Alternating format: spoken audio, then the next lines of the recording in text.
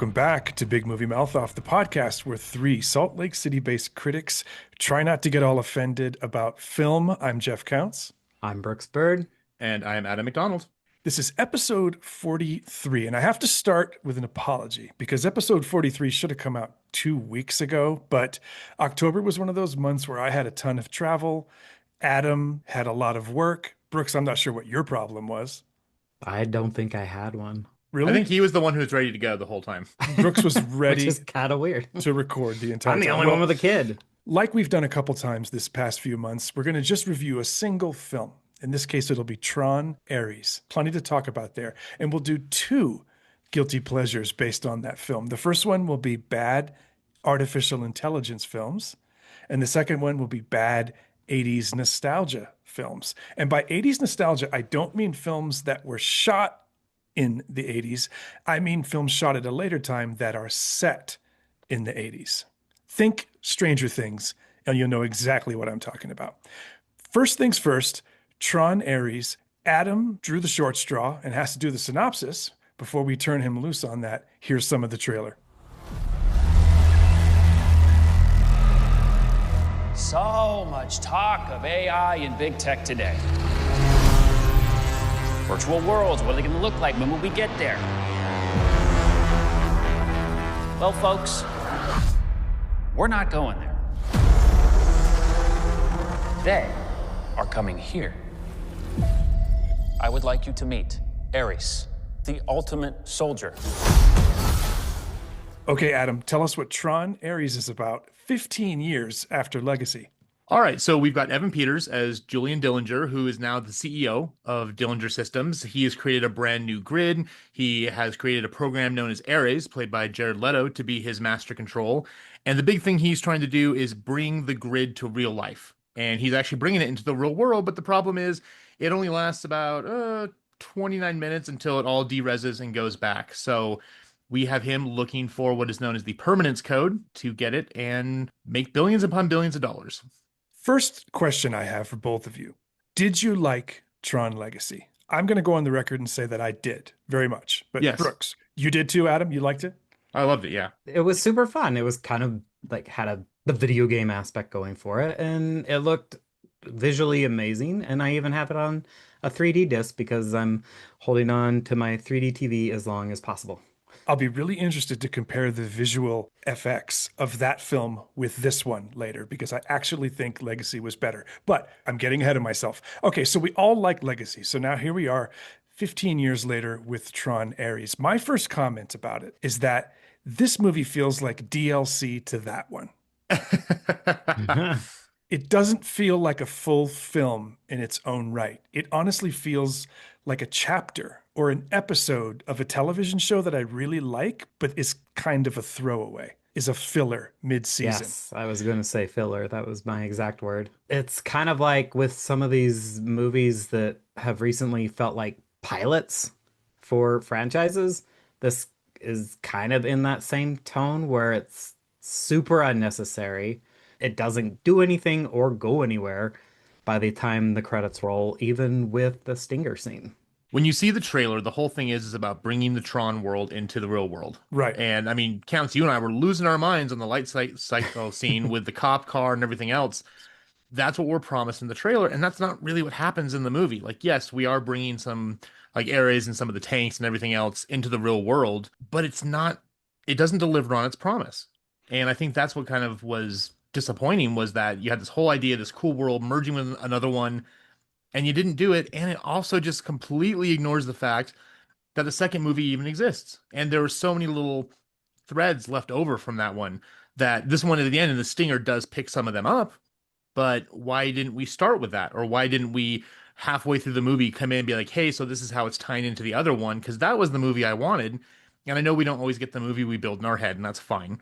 But at the same time, there was no point to this one unless they're going to do a third one or a fourth one, which I'm sure they will. I think it made No, well, no, they it didn't won't. make money. That's They right. It already didn't make any announced money. that they won't. Yeah.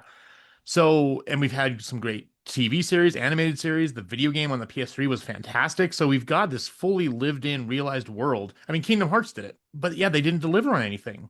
And like you guys said, it feels like a filler episode. Like there was no point to it. Like, as much as I thought it was still fun in many ways, if I would never have seen it, I would have been just happy with what we already have. The problem that you bring up about not giving us enough of the two worlds colliding is structural. They kind of handcuff themselves with a rule that they baked into the plot right from the start. It's a rule that they end up breaking anytime they feel like it, by the way, which is super irritating when internal fidelity falls apart that way. But they set themselves up with a limit right from the start that made it impossible, Adam, to have as much of that clashing of cultures as we would have liked.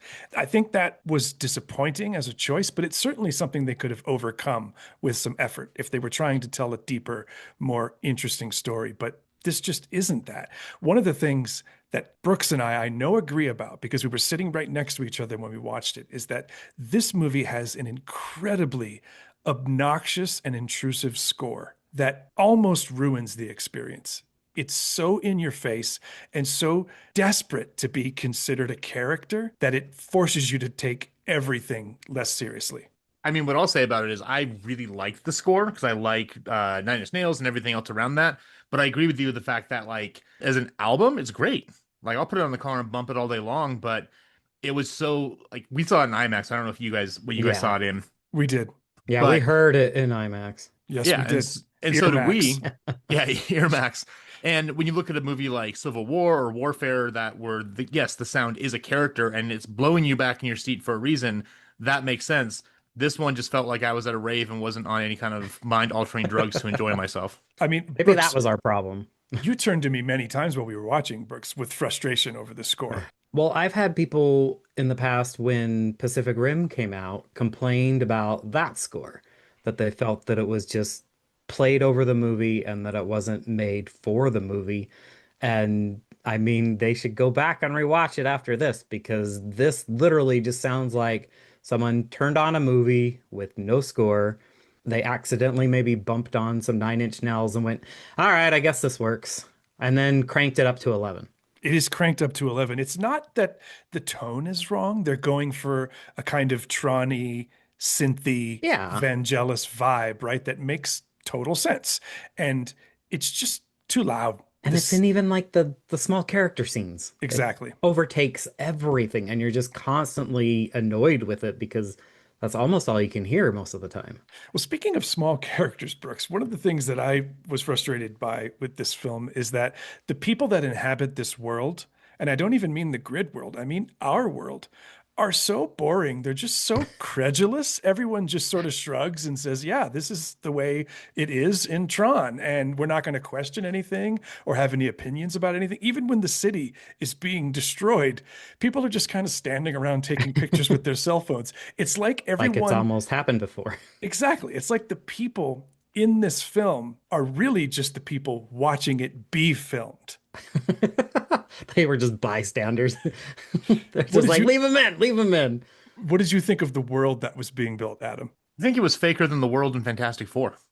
Well, that's saying something.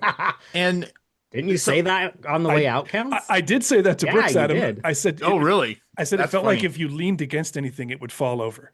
Yeah, and this is the problem with Tron and why I was excited for this to be the idea that it was bringing Tron into the real world because we don't care about the real world. It's like the Assassin's Creed movie. We don't care about what's happening at the Abstergo. Abstergo. Yeah, thank you. We want to know what's happening in the past. And they're like, nope, we're going to give you Abstergo. And you're like, ah, crap. Right. That's what this was. And so when I didn't get that, I was like, well, let's spend more time in the Tron world. And when you do, it's interesting and fun. And that's what I Definitely wanted more to see. so. Yeah, it's like Yeah. Pacific Rim. You want to see monsters fight robots, going back to our recent reference. That's what I wanted to see. I wanted to see these crazy computer programs doing cool stuff. And they did do some cool stuff in the real world. Don't get me wrong. Mhm. There's some really awesome moments I enjoyed. But although they use the light cycles way too much, I'm so tired of those now. But yeah, just everyone was just kind of like, oh, it's a building falling. I guess we'll build over again. Ha ha. Oh, wait, no, there's this weird creature like destroying planes, and no one cared. They were about as bored as Gillian Anderson was. She is. I almost forgot she was in this because she's so bored. And she's so good. Like, if you've ever seen her in Sex She can, Education, yeah. she is amazing. And all she does here is just to keep on yelling at Evan Peters' character, who is the most one-note, shrill villain I've seen since Jupiter Ascending. He's a truly terrible villain. But Brooks, I think people who haven't seen this are going to just knee-jerk blame its reception on Jared Leto, should they? No, my No. biggest beef with it are the score and honestly, Greta Lee. She is not good in this, She's really and not. I don't know who was giving her direction because every single reaction she had to something felt wrong. Like there's a part where she mentions, "I think I broke a rib," and she Yeah. says it like it's a punchline. Yeah. And it's like, who is directing you? And it didn't make any sense. And it also makes me think about the colleague, that Arturo character. I honestly, the entire movie kept thinking to myself, does he need to be in the scene? Could this scene have been played without him? Every single one of them was yes. The function he serves is basically as her phone. Zero. Yeah, he's tech. He doesn't really get to be a human person. And you're right about Greta Lee and the way she plays this, because it almost seems like she did a scene and then the director told her, all right, now do an SNL version of that. And that's what we're going to keep. That's what it felt like. It but, is. But Jared Leto's not the problem. No. He's He's fine. actually good. Yeah.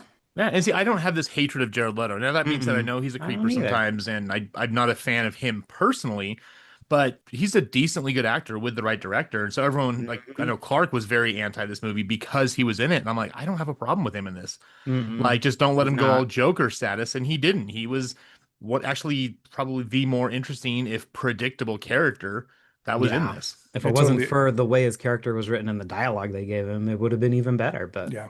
for what he had, it was fine. He did a lot with what was there, which was not much, let's be honest. And I not only don't think he's the problem, I think No. he's one of the things that saves this from being a truly terrible experience, because he's not bad. In fact, he's pretty good.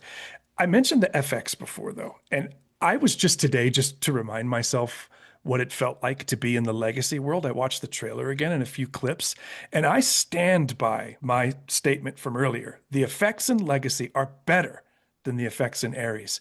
Ares looks very flat to me. And it's not just because the real world is full of NPC players. The grid, though, has no one in it. There's like 5 people in the grid. Now, I know there's no people in there, but the programs are represented in human form, whatever. Yeah. We saw a lot of them in Legacy. There's no one there. And the FX are really flat. The fight choreography is super boring, filmed wrong, paced wrong. It just lands wrong. I feel like this movie doesn't look nearly as good as it should. Well, and going into that, so interestingly enough, I saw Tron Legacy in the exact same IMAX theater, probably close to the exact same seat that I saw Tron Ares in. And I will say the one thing that sticks with me with Legacy was it was back when we really weren't using 3D so much as a gimmick, and you only put the glasses on when you were in the grid. Oh, yeah. And I so remember. seeing it in IMAX in 3D when it was supposed to be was just a mind-boggling experience because it was done so well and done in a way that made sense for the story. And I'm not saying this one should have been in 3D or anything else, but It is in 3D. Oh, is it in 3D? This one is? Yeah, there were IMAX 3D showings. I was honestly kind of surprised. Oh, it's your favorite form of 3D too. No, home. Home is my favorite Oh, form okay. of 3D. Well, I mean, well, you know what I mean. I'm being But sarcastic. yeah, I know. But it just, don't get me wrong. There were some scenes I had a lot of fun with. I enjoyed a lot of it. If I never see it again, will I be upset? No. Am I glad I saw it just to be part of the Tron universe and everything else? Yes. Did I need to see Jeff Bridges doing his best impersonation of the dude? I didn't really need that. He's to the point now where that's That's pretty all he much can what do. everyone wants from him. Like, I don't think he's allowed to do anything else, even if he wanted to, and I'm not sure that he does. I mean, it almost makes you wish for the Uncanny Valley from Tron Legacy. He's That's- doing it in commercials. There's some commercial Yeah. line he's in with Zoe Saldana, and that's what he's doing in that too. That's the one thing that I can't give the 2010 Tron Legacy FX any credit for was the de-aging. That was really, I mean, really awful. But it was, it was early 2010 on. de-aging. Yeah, it was early on in that whole phenomenon, and it was pretty bad. But the way Yeah. that the grid looked was really excellent in that film. We also had Joseph Kosinski directing the action. Exactly. I'm not sure how I'd feel about it if Legacy didn't exist. Probably a little better, but we'll never know. The one thing we will know, though, is how we feel about this movie in terms of scores. So let's jump to that. Brooks, you go first. What's your score for Tron Ares? I mean, I'm not a huge Tron nerd anyway, but I mentioned it to you after the movie that the first one still stands. It's got so many fun inside jokes, just little tech things that just kind of push it a little bit more above just, dumb visuals. And it's also like if you're not paying attention to it, you'll miss them. And I just kind of appreciated that. And in the second one, Legacy, it was a return to the grid, and it was kind of a sports film, honestly. It was just like one thing after the other, and they were just trying to get through one game to the next to like they were trying to beat a boss by the end of the movie, which makes total sense because it's a video game movie. And then now we've got them trying to come into the real world and even just trying to think of how some of this works in the real world. I guess it works on screen, but it doesn't work logically. But then we come to the characters and everyone is just so one note. And when Jared Leto, who everyone has been complaining about, winds up being the best of the troupe, that says a lot about how bad everyone else is. So I can't get more than 1.5 out of this. 1.5. Well, I agree with you that it's the least good of the three Tron movies. I left there feeling worse about it than I do today, if I'm honest. It's offended me less as the days have gone on, because I do think that it's fun to be back in that space. But the thing about a film like this, where you're trying to juxtapose two worlds, I should want to live in at least one of them, and I didn't. So I'm going 2 stars because it was a flat, straight down the middle experience for me. I don't regret seeing it, but like Adam, I probably won't do it again. So 2 stars for me. Adam, where are you? So before I go further, I have to tell you my favorite Tron story ever. Okay. So we rented it on VHS when I was 4 years old. My dad and I are watching it. Now, keep in mind, I was adopted. So my mom walks into the room with her suitcase packed saying, I'm going into labor. We need to go to the hospital now. And without missing a beat, my dad says, can we finish the movie first? My mom said a bad word that I'd never heard before, and then they went to the hospital. Amazing. So that is my Dad favorite heard Tron a lot story. more bad words. I actually reminded her of that. I score that story 4 stars. That's a Yes, 4-star story. I give that Tron 4 stars. But that takes place in a 2.5-star review. I had fun with it. I did walk out saying I enjoyed myself overall. I have all the same complaints you do. Maybe I just like the Tron universe a bit more overall than obviously Brooks, you do. It didn't give me what I wanted. It did have some fun ways of paying homage that I really enjoyed, but it gave us a promise that didn't even come close to delivering on. So if we always say if you ace the exam, this one got a C-. So for you, 2.5 stars. I'm at 2 stars. Brooks? 1.5. And I do like the world. The world is fine as long as you make it fun. Interesting. And this was just boring and kept getting dumber by the minute. Well, something that's definitely going to get dumber by the minute is our Guilty Pleasures segment. We're going to do 2 of them. When we come back, we'll start it off with artificial intelligence movies, which is, of course, in homage to Tron. Don't go anywhere.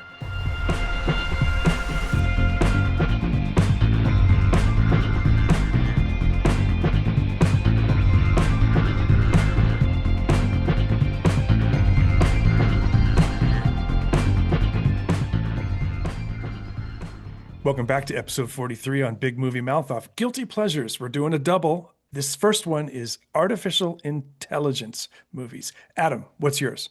Okay, so I told you on our group chat, this one takes a bit of meandering to get to the point on this. Okay. But I went with 2014's The Imitation Game. What? Yes. Please, I cannot wait for this to talk. Because You're it's talking not- about the Alan Turing movie. Yes. Okay. So Alan Turing Benedict basically Cumberbatch. made one of the Benedict Cumberbatch plays this, and he makes one of the world's first computers and becomes the father of computing. And the whole way that we test if AI is legitimately thinking is the Turing test. Adam. Okay. I said I'd make it work.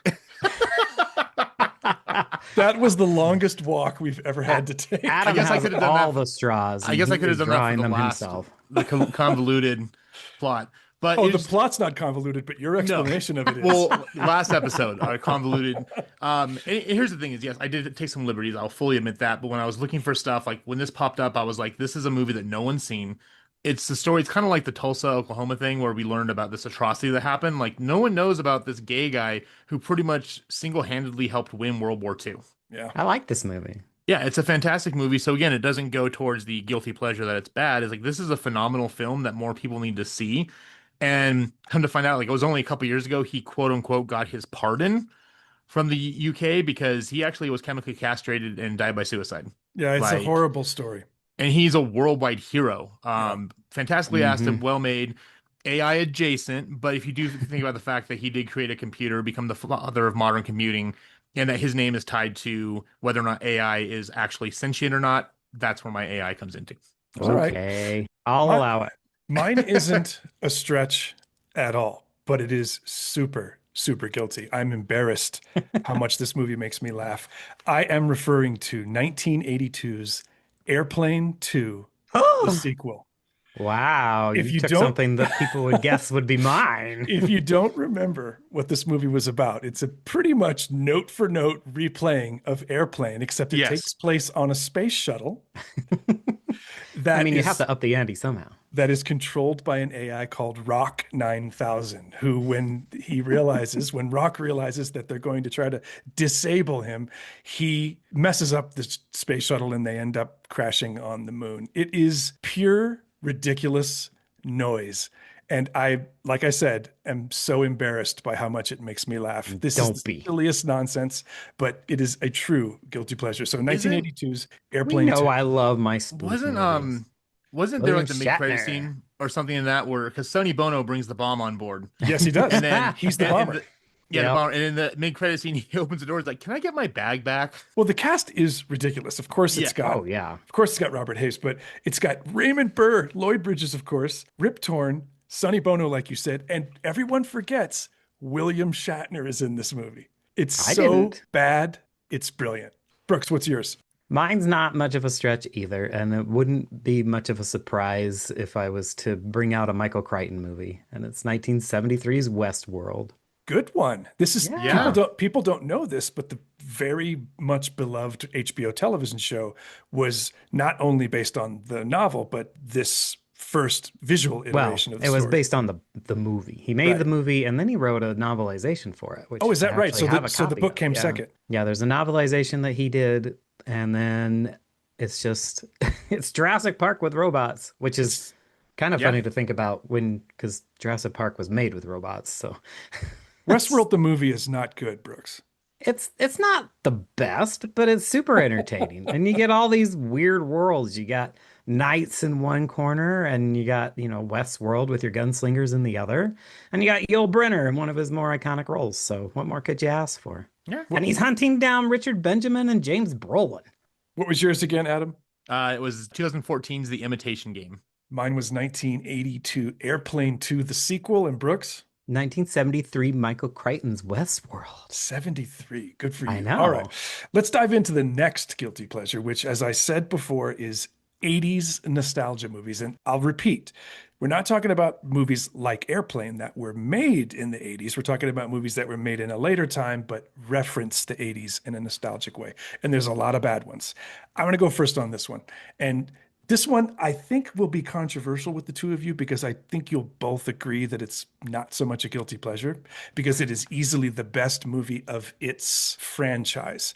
And I'm talking about 2018 Bumblebee, I almost went with that. the Transformers movie that I think saved that franchise, at least for me. It It's made the it only good Transformers movie. by a long shot. It's the only good Transformers movie, but it does take place in the 80s. Haley Steinfeld, great hair, great clothes. It's a really, really fun period piece and easily the best of the franchise. So that's mine. Brooks, what's yours? So I was having a hard time deciding, and I guess and what's funny, none of the movie even takes place in the 80s, but it sure references because it revolves around them in the 90s and like 1978, which Adam may have figured out means that I'm leaning to R.L. Stein's Fear Street trilogy on Netflix. Oh, that's a It's good one. kind of like right smack dab in the middle, and it hits all the right notes. The opening of it is basically a remake of the opening scene from Scream, but set in a mall. It's a slasher movie through and through. I haven't seen any of them. Did they get the period tone right? Oh yeah, I mean, feels like you're in that especially- time frame. Yeah, 94, like I said, is kind of screamish. 78 is at a camp, so you can guess that a Jason Voorhees character is on the Of lead. course. Of course. And then the third one goes all the way back to 1666 because 666. Ah, So it takes us back to Salem, and we get some witches. before it transports us all the way back to 94 again for the finale. But Most important question, Brooks, is should I watch these? no. Okay, thank you. Adam, on to you. What's yours? Aren't they making a sequel to those? I thought I read somewhere they're coming They out made with. Prom Queen, which I have not seen because I've heard how awful it is. Well, I'm not going to watch that one either. So mine again goes back to I don't feel it's a bad movie, but I don't know anyone who's ever seen it unless I tell them about it. And so I'm talking about Bring it. 2017's Atomic Blonde. Oh, Well, we've great all choice. seen it. We've But definitely yes, all seen yes. it. We've all seen General it. audiences, yeah. Yeah, and it's it's David Leitch, who we know from John Wick fame and helped, did a lot of stuff with Chad Stahelski with it. And it takes place in 89. We've got Charlize Theron as a spy, whatever you want to call her, going to Berlin and meeting up with James McAvoy and kicking butt and being bisexual and all these fun, crazy things. And if anything, you should watch it for the way they portray both East Berlin and West Berlin. Because when you go to East Berlin, it's all very drab and dark and grays. And then West Berlin, it's like you're in a nightclub or a rave the entire time, the way the color pops out. And it does all the cool stuff with the fight scenes that wear you out. Everyone does their own stunts. It's got a ton of oneers. And it's just a fantastic movie. And there's great, twists and turns and a final plot twist. You're like, oh, that's cool. But The no one one. shot where she gets her butt kicked Oh, yeah. is one of the greatest oneers anyone's done in the last 20 years. No one knows about this movie, and it's so worth it. It did make money, though. It did make $100 million on a $30 million budget. So It deserved three So times some that. saw it, yeah. It's so Yeah. good. What is it again, Adam? 2017's Atomic Blonde. And mine was 2018's Bumblebee. And Brooks, yours? 2021's Fear Street trilogy. All right, we're going to take one last break on episode 43. When we come back, we're going to do our coming attractions, and then we'll wrap it up. Stay with us.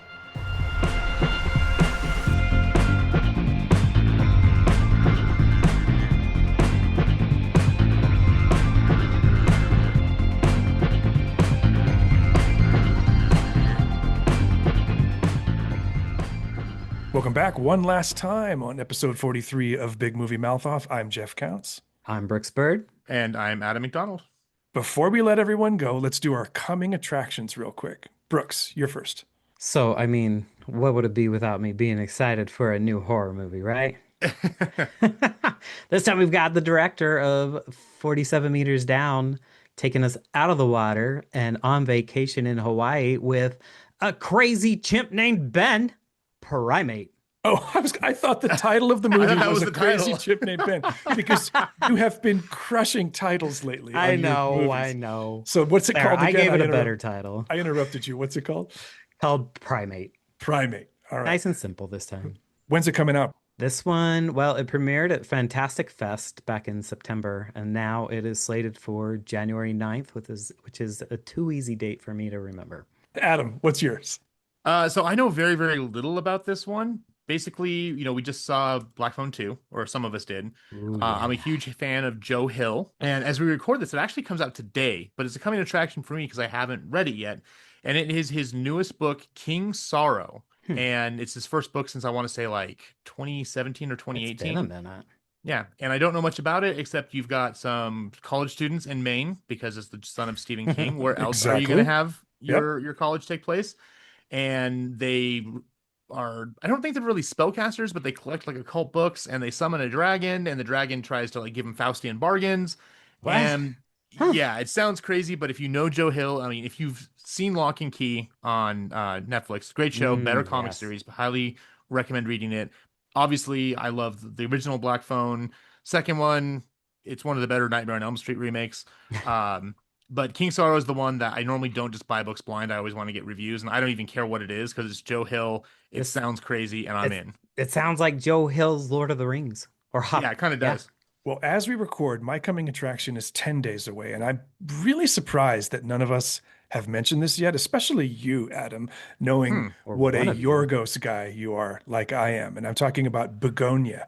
This movie opens on the 31st.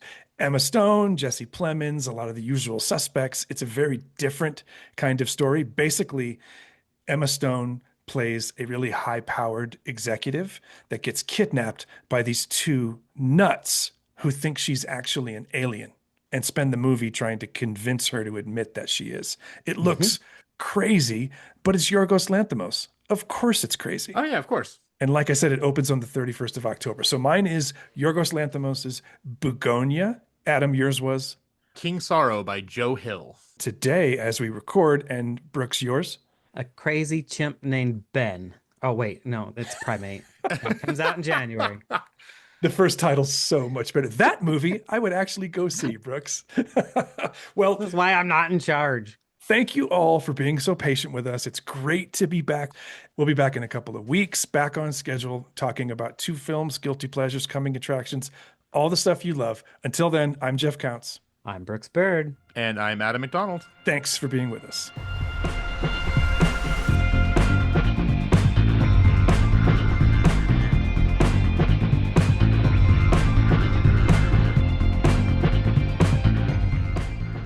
Big Movie Mouth Off was produced and edited by me, Jeff Counts, and co-hosted by Adam McDonald and Brooks Bird. Our theme music is written by Brian Z. Richards, and this show is dedicated to the memory of our founders, Jeff Michael Weiss, and my partner in crime for over 5 years, the incomparable Jimmy Martin.